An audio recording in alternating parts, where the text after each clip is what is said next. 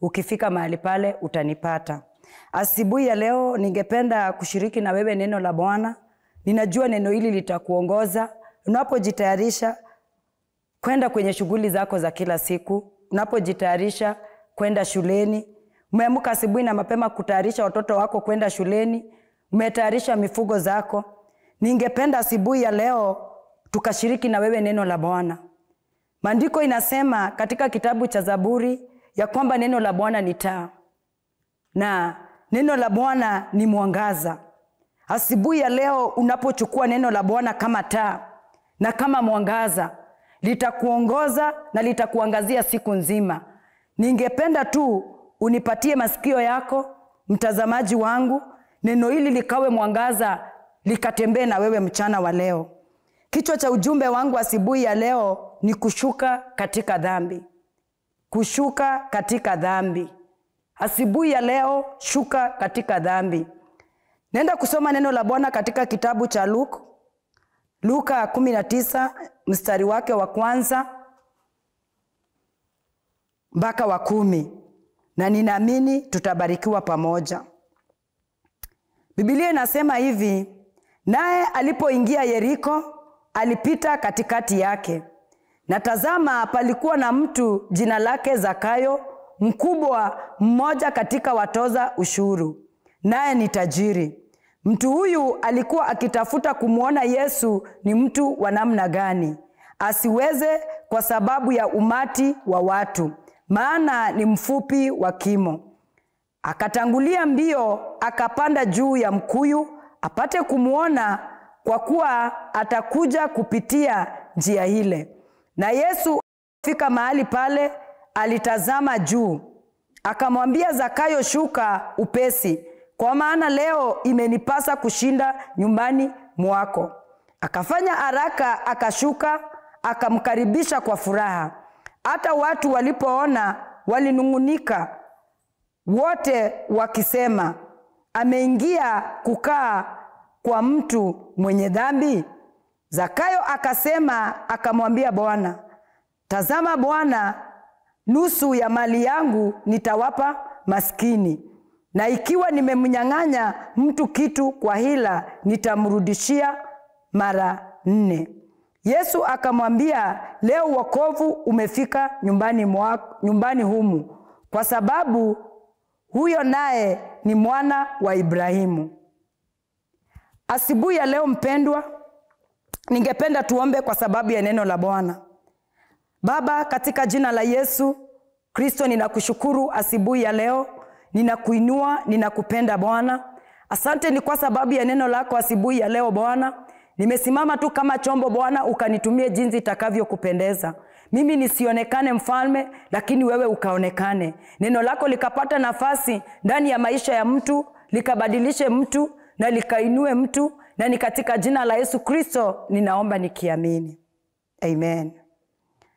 Pendwa mtazamaji wangu, asubuhi ya leo nimesema kichwa cha ujumbe wangu ni kushuka katika dhambi. Maandiko inasema Yesu alipoingia Yeriko, alipita katikati yake. Biblia inasema, na tazama, palikuwa na mtu jina lake Zakayo, mkuu mmoja katika watoza ushuru. Hii ni safari ya Yesu alipokuwa akifanya huduma, ama wakati Yesu alikuwa akitembea ulimwenguni. Maandiko inasema Yesu akapita katika kijiji moja ambacho kilikuwa kinaitwa Jeriko. Maandiko inasema Yesu alipita katikati yake. Na Biblia inasema, tazama, palikuwa na mtu jina lake Zakayo, mmoja katika watoza ushuru. Kumaanisha huyu Zakayo alikuwa ni mtu mkubwa sana katika ile kijiji ya Jeriko. Huyu Zakayo alikuwa ni mtu tajiri, maana mtoza ushuru ni watu wenye pesa. Biblia inasema huyu mtu alikuwa akitafuta kumuona Yesu ni mtu wa namna gani. Biblia inasema Yesu alipita, akaingia katika hicho kijiji. Wakati Zakayo alisikia ya kwamba Yesu atapita katika hiyo kijiji cha Yeriko, maandiko inasema huyu mtu alikimbia mbio, maana rumasi zilitembea ya kwamba Yesu atapita Yeriko, ya kwamba Yesu atapita katika hiki kijiji. Maandiko inasema Zakayo alikuwa ni mtu tajiri na alikuwa ni mtu mwenye pesa. Maandiko inasema Zakayo alikimbia mbio. Akasema juu alikuwa mfupi, akakimbia mbio, akapanda kwenye mkuyu. Maandiko inaendelea kusema mstari wa 3, huyu alikuwa akitafuta kumuona Yesu ni mtu wa namna gani. Zakayo alitamani, akataka kujua huyu Yesu anayepita katika hiki kijiji ni mtu mgani, ni mtu wa namna gani. Tunaona mstari wa kwanza ikianza, Zakayo alikuwa ni mtu mtoza ushuru. Maandiko inasema alikuwa ni mtu tajiri, alikuwa ni mtu ako na pesa. Biblia inasema wakati alisikia Yesu atapita, alikimbia mbio, akitaka kujua huyu mtu ambaye anaitwa Yesu ni mtu wa namna gani. Mpendwa, tuendelee na maandiko. Biblia inasema huyu alikuwa akitafuta kumuona Yesu ni mtu wa namna gani, asiweze kwa sababu ya umati wa watu, maana ni mfupi wa kimo. Mstari wa 4, akatangulia mbio, akapanda juu ya mkuyu apate kumuona, kwa kuwa atakuja kupitia njia ile. Maandiko inasema Zakayo alikuwa ni mtu mfupi, na juu ya umati wa watu, Yesu alikuwa anatembea na umati mkubwa wa watu. Juu ya ufupi wake angeweza kumuona Yesu. Licha alikuwa tajiri, licha alikuwa mtoza ushuru, lakini kwa sababu ya umati wa watu hakukuwa anataka kumuona Yesu. Tunaangalia Zakayo ni mtu wa namna gani. Zakayo alitaka kumuona huyu Yesu ambaye nimekuwa nikisikiza habari zake ni mtu gani. Ninatamani kumuona. Akasema kenye nitafanya, juu mimi ni mfupi na watu ni wengi na sitaweza kumuona Yesu. Maandiko inasema Zakayo alikimbia mbio, akapanda juu ya mkuyu, akatulia mahali pale kwa mkuyu, ili Yesu akikuja kupita kwenye hiyo njia akutane na yeye. Maandiko inasema alipanda juu ya mkuyu na akatulia. Mstari wa 5 inasema hivi, na Yesu alipofika mahali pale, alitazama juu, akamwambia Zakayo, shuka upesi, kwa kuwa leo imenipasa kushinda nyumbani mwako. Yesu alipokuwa akitembea Yeriko, Yesu alipokuwa akitembea mahali pale kwenye ile kijiji, akipita kwenye ile njia ambaye Zakayo alienda akapanda kwenye mkuyu, maandiko inasema Yesu alitazama juu ya mkuyu, akamwambia Zakayo, shuka upesi, leo hii imenipasa mimi kushinda nyumbani mwako. Nimesema kichwa cha ujumbe wangu ni kushuka katika dhambi. Zakayo alishuka. Ninapenda kusema nini asubuhi ya leo mpendwa? Ni wakati wa kushuka. Toka katika hiyo dhambi. Toka katika hiyo dhambi ambaye Zakayo alishuka. Maandiko inasema Zakayo alikuwa ni tajiri ndio, na alikuwa ni mtoza ushuru. Ukiendelea kusoma maandiko, Biblia inasema ilifika mahali Yesu alipoingia kwenye nyumba ya Zakayo, aliketi meza moja na Zakayo, alikula meza moja na Zakayo. Maana wakati Yesu alisema Zakayo shuka, Zakayo alishuka. Asubuhi ya leo ninapenda kusema nini mpendwa? Ni wakati wa kushuka katika dhambi, ukakutane na Yesu. Shuka katika hiyo mkuyu wa masengenyo. Yesu anasema shuka upesi. Leo inanipasa mimi kukaa na wewe nyumbani mwako. Leo inanipasa mimi kushiriki na wewe. Leo inanipasa mimi kushinda na wewe. Wakati mwingine mpendwa, tunataka Yesu, ama tunataka kukutana na Yesu, ama tunataka Yesu atutendee, lakini tumesahau ya kuwa Yesu atembei na watu wenye dhambi. Yesu atembei na watu wenye majivuno. Yesu atembei na watu wenye viburi. Ndiposa akaambia Zakayo, shuka. Leo imenipasa mimi kushinda nyumbani mwako. Biblia inasema mstari wake wa 6, akafanya haraka, akashuka, akamkaribisha kwa furaha. Sijui ninaongea na nani asubuhi ya leo. Sijui ni nani anasikia sauti ya asubuhi ya leo. Mpendwa, ni wakati wa kushuka kwenye dhambi. Ni wakati wa kushuka kwenye fitina. Ni wakati wa kushuka kwenye hizo baraza. Ni wakati wa kushuka kwenye vikao vya wenye dhambi. Biblia inasema Yesu alipofika mahali pale, akaangalia Zakayo, akamwambia shuka. Imenipasa leo nikakule na wewe. Imenipasa leo nikashinde na wewe. Maandiko inasema Zakayo alishuka upesi. Aliposikia ni Yesu amemwambia shuka, maandiko inasema alishuka upesi. Hakuuliza maswali. Nilipokuwa nikitafakari maandiko haya, nikawa nikijiuliza moyoni mwangu, Zakayo alitaka kumuona Yesu ni mtu wa namna gani? Si alikuwa ashamuona Yesu? Lakini kwa hili neno la kushuka, Zakayo alishuka. Ninataka kusema nini asubuhi ya leo? Wenda mahali pako pa kazi, umeinukiwa, unapigwa vita, shuka. Ni wakati wa kushuka ukakutane na Yesu. Ni wakati wa kushuka kutoka kwenye bahari ya dhambi. Ni wakati wa kushuka kutoka kwenye hizo vikao. Ni wakati wa kushuka kutoka kwenye njia zako mbaya. Maandiko inasema Zakayo alishuka. Asubuhi ya leo, sijui ninaongea na nani, sijui ninasemezana na nani, sijui ninaongea na moyo wa nani. Ni wakati wako wa kushuka ukakutane na Yesu. Maandiko inasema akafanya haraka, akashuka, akamkaribisha kwa furaha. Wakati Zakayo alishuka akamkaribisha Yesu, mstari wa 7 inasema watu walianza kunungunika. Watu walianza kuulizana, kwa nini Yesu anaenda kukaa na mwenye dhambi? Kwa nini Yesu anaenda kukula na wenye dhambi? Lakini maandiko inasema Zakayo alimkaribisha kwa furaha.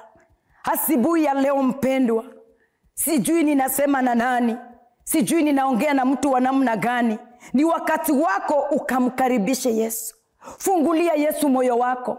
Fungulia Yesu maisha yako. Fungulia Yesu kazi yako, akafanye kikao na wewe. Fungulia Yesu moyo wako, akakae na wewe. Maandiko inasema wakati Zakayo alimkaribisha, wakakula na yeye meza moja. Ni furaha iliyoje kumkaribisha Yesu. Ni furaha iliyoje kumkaribisha Yesu kwenye maisha yako. Ni furaha iliyoje kumkaribisha Yesu ndani ya nyumba yako. Kwenye hiyo ndoa yako mkaribishe Yesu. Kwenye hiyo kazi yako ambayo umepewa na Bwana, mkaribishe Yesu mahali pale. Maandiko inasema Zakayo alimkaribisha Yesu kwa furaha. Nimesema kichwa cha ujumbe wangu ni utoke katika dhambi ndio umkaribishe Yesu. Tunaona Zakayo alikuwa ni mtoza ushuru. Alikuwa amenyang'anya watu mali zao. Alikuwa ametapeli watu. Alikuwa ameuzia watu shamba ila hakuna. Alikuwa ametapeli watu pesa zao. Alikuwa ametapeli watu mashamba zao. Lakini maandiko inasema Zakayo aliposikia ni Yesu anakuja, hakuangalia vitu walivyo navyo. Hakuangalia umaarufu wake. Hakuangalia fedha zake. Hakuangalia jina lake. Hakuangalia umaarufu ambaye alikuwa naye. Lakini akakata kauli akasema, Yesu anapita kwenye hiki kijiji, nitakimbia mbio nimuone huyu Yesu ni mtu wa namna gani. Mpendwa, asubuhi ya leo ningependa ukakue na moyo kama wa Zakayo. Karibisha Yesu. Karibisha Yesu kwenye maisha yako. Biblia inasema Yesu ni yote. Yesu ni mambo yote zaidi ya yote. Ukimpata Yesu umepata kila kitu.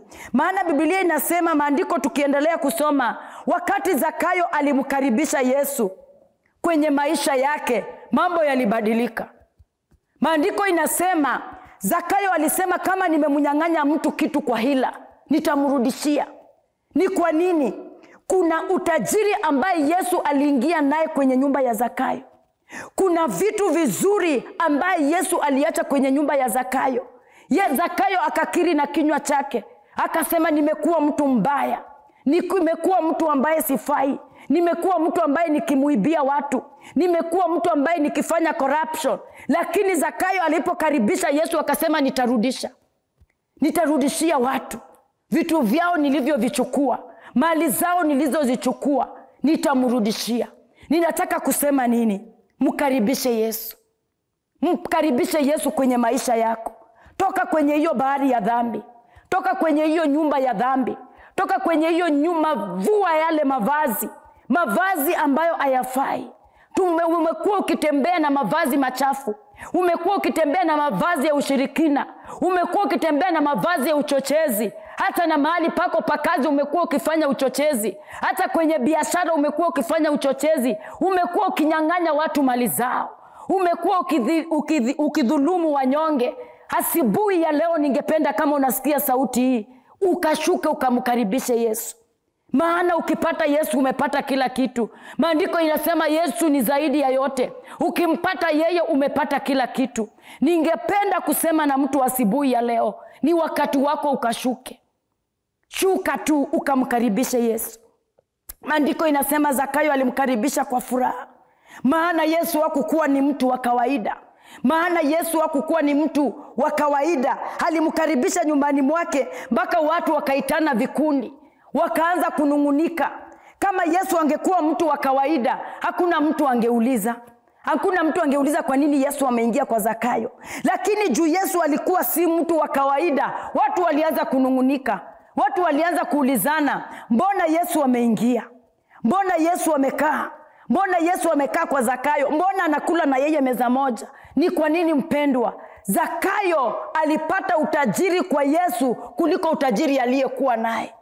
Alipata vitu vizuri kuliko vitu alivyokuwa navyo. Wenda mali ambayo uko naye asubuhi ya leo ni mali ambayo umepata kwa njia ambaye si njia mzuri. Ningependa kukutia moyo, wewe unayesikia sauti hii, mkaribishe Yesu. Shuka katika hiyo dhambi. Shuka katika hiyo dhambi ya utapeli. Wenda unajiandaa asubuhi ya leo kwenda katika shughuli zako za kila siku, ili ukaingie mijini na vijiji kuwatapeli watu. Ili ukaingie mijini na vijini kuwaibia watu. Ningependa kukutia moyo asubuhi ya leo, wewe unayesikia sauti hii, shuka. Umekuwa ukiibia watu pesa zao. Hata kwenye mitandao umekuwa ukiibia watu. Hata kanisani umekuwa ukiibia watu. Hata kwenye biashara umekuwa ukiibia watu. Lakini ningependa kukuambia asubuhi ya leo, mkaribishe Yesu. Zakayo alikuwa ni mtoza ushuru. Na alikuwa ni mtu tajiri sana. Na alikuwa na jina. Alikuwa na pesa zake. Alikuwa na mashamba makubwa. Lakini alikuwa amepata mali hii kwa njia ambaye si mzuri. Wakati alimkaribisha Yesu, mambo yakabadilika. Wakati alimkaribisha Yesu, akasema nitamrudishia mtu ambaye nimemuibia mali yake. Biblia inasema Zakayo alisema nitamrudishia mara 4 kwa kila ambacho nilikuwa nimeibia mtu. Kila mtu ambaye nilikuwa nimemuibia nitamrudishia mara 4. Kumaanisha kuna mambo mazuri ambaye Yesu aliacha kwenye nyumba ya Zakayo. Asubuhi ya leo mpendwa, wewe unayesikia sauti, shuka katika huo mkuyu. Yesu anasema shuka. Inanipasa leo nikashinde nyumbani mwako. Wenda kuna baraka ambaye Bwana amekuandalia siku ya leo. Wenda kuna vitu vizuri ambaye Bwana amekuandalia siku ya leo. Wenda kuna nafasi nyingine ya maana ambaye Bwana amekuandalia siku ya leo. Lakini anasema ukashuke. Shuka katika huo mkuyu ambaye uko juu. Maandiko yanasema Zakayo alitaka kumuona Yesu. Na kweli alipanda kwenye mkuyu. Maandiko inasema kweli alikuwa amemuona. Lakini wakati Yesu alifika mahali pale akamwambia Zakayo, shuka. Wewe unayesikia sauti hii, toka katika hiyo dhambi. Toka katika hiyo kugonganisha watu. Toka katika hiyo vikundi ambaye Mungu astahili kuwa mahali pale. Ukamkaribishe Yesu kwenye maisha yako. Ukamkaribishe Yesu kwenye ndoa yako. Toka kwenye hizo vikao. Maana wakati mwingine Bwana anataka kutubariki. Bwana anataka kusema na sisi. Lakini anatupata tuko katika vikao ambazo hazimpendezi. Haezi ingia mahali pale. Ndio sababu aliambia Zakayo shuka. Inanipasa leo nikakae na wewe. Inanipasa leo nikasemezane na wewe. Furaha ilioje Yesu akiingia kwenye maisha yako. Mambo yanabadilika. Hali inabadilika. Nikimalizia mpendwa katika kitabu cha Zaburi 15. Ningependa tu tuende na wewe Zaburi 15. Nikaombe na wewe ninapokuruhusu ukaende katika shughuli zako za kila siku asubuhi ya leo. Zaburi 15 inasema hivi. Bwana, ni nani atakayekaa katika hema yako? Ni nani atakayefanya maskani yake katika kilima chako kitakatifu? Ni mtu aendaye kwa ukamilifu na kutenda haki, asemaye kweli kwa moyo wake, asiyesingizia kwa ulimi wake, wala akumtenda mwenzie mabaya, wala akumsengenya jirani yake. Daudi anasema nini asubuhi ya leo? Ama mwanazaburi anasema nini asubuhi ya leo? Daudi anauliza, Bwana, ni nani atakayekaa katika hema yako? Ni nani atakayefanya maskani yake katika kilima chako kitakatifu? Hii ni Daudi anamuuliza Mungu. Ama ni Daudi anasemezana na Bwana, ni nani atakayekaa katika hema yako? Ni nani atakayefanya maskani yake katika kilima chako kitakatifu? Maandiko inaendelea kusema ni mtu aendaye kwa ukamilifu na kutenda haki. Mpendwa, utakubalika katika hema ya Bwana asubuhi ya leo. Utakubalika kutembea na Bwana asubuhi ya leo kama njia zako zinampendeza Bwana, kama njia zako zinamkubalika Bwana. Maandiko inasema, Daudi anasema ni mtu aendaye kwa ukamilifu na kutenda haki, asemaye kweli kwa moyo wake wote. Ninaongea na mtu anayeenda kazi. Ninaongea na mtu ambaye ameajiriwa. Umeajiriwa kwenye hiyo kampuni. Umeajiriwa kwenye hiyo duka. Unafanya kazi ya supermarket. Biblia inasema, je, asubuhi ya leo hiyo kazi unaifanya kwa ukamilifu? Ndiposa ukubalike katika hema ya Bwana. Daudi anauliza, ni nani huyu atakayekaa katika hema yako Bwana? Ni nani huyu atakayekubali kufanya maskani yake katika kilima chako kitakatifu? Maandiko inaendelea kusema, asemaye kweli kwa moyo wake, asiyesingizia kwa ulimi wake. Tumeajiriwa ama mahali ambapo tunafanya kazi, tumekuwa watu wa kusingizia wenzetu. Tumekuwa watu wa kufanya mambo yani kukaa kwenye hizo vikao za vitina. Tumekuwa wasengezaji, tumekuwa wachochezi mahali kwenye fasi ambaye Bwana amekupatia. Biblia inasema ndiposa ukubalike kwenye maskani ya Bwana, ama ndiposa ukubalike kwenye hiyo mlima wa Bwana mtakatifu. Mpendwa, ni utoke katika hizi vikao. Ni mpendwa, ni utoke katika hizi vikao vya wasengenyaji. Ni utoke katika hizi vikao vya kusingizia wenzako, za kuchochea wenzako. Umemchochea mwenzako mpaka mahali pake pa kazi amepoteza kazi. Umemchochea mwenzako mpaka mahali pake pa biashara amesongezewa. Umemchochea mwenzako mpaka mipaka yake ya shamba imesongezwa. Je, asubuhi ya leo unakubalika kwenye hiyo hema ya Bwana? Unakubalika kuitanishwa na Bwana? Maandiko inaendelea kusema, nikimalizia, asiyesingizia kwa ulimi wake, wala akumtenda mwenzie mabaya, wala akumsengenya jirani yake. Mwanazaburi anasema asubuhi ya leo, asiyosingizia kwa ulimi wake, wala akumtenda mwenzie mabaya, wala akumsengenya jirani yake. Kwa position ambaye Bwana amekupatia asubuhi ya leo, je, tunampendeza Bwana? Je, tunakubalika mahali pale? Unafanya hiyo kazi kwa utukufu wa Bwana? Unafanya ile kazi kwa kumpendeza Bwana? Ombi langu asubuhi ya leo ni ukashuke katika hiyo mkuyu wa dhambi. Mpendwa, ni wakati wako wa kushuka, ukakutane na miujiza yako, ukakutane na baraka zako, ukakutane na neema yako. Shuka katika mkuyu wa dhambi. Asubuhi ya leo nataka kuomba na wewe popote ulipo. Nataka tu usikize sauti yangu ninapoomba na wewe, na kumruhusu Mungu akatangulie na wewe kwenye shughuli zako asubuhi ya leo. Amini tu na Mungu atakutendea. Baba, katika jina la Yesu mfalme wa ajabu, ninakuinua, ninakutukuza Bwana. Asante ni kwa sababu ya asubuhi ya leo. Asante ni kwa sababu ya mtazamaji wangu Bwana. Ninamleta mbele zako, amesikiza neno lako Baba. Asubuhi ya leo ninamuomba ukamuongoze, ukamtetee Bwana, ukamuinue na ukambariki. Wacha mfalme wa wafalme alitoka akiwa mkono mitupu, anapoingia jioni kwenye nyumba yake akaingie kama amebeba. Ninatangaza baraka na ulinzi wa Roho Mtakatifu ukawalinde wanapoenda na wanaporudi, na ni katika jina la Yesu Kristo ninaomba nikiamini. Amen, amen, amen. Pendwa msikilizaji wangu, Majina yangu nilipoanza, majina yangu ni Pastor Bilha Chebet Ochola.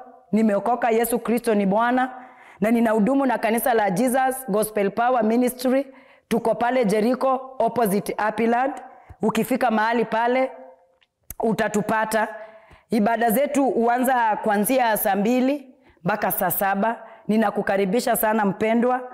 Na nambari yangu ya simu, mimi hupatikana mahali pale weekdays kuanzia saa 4 mpaka saa 9. Ukifika mahali pale ningependa kukupatia namba yangu ya simu.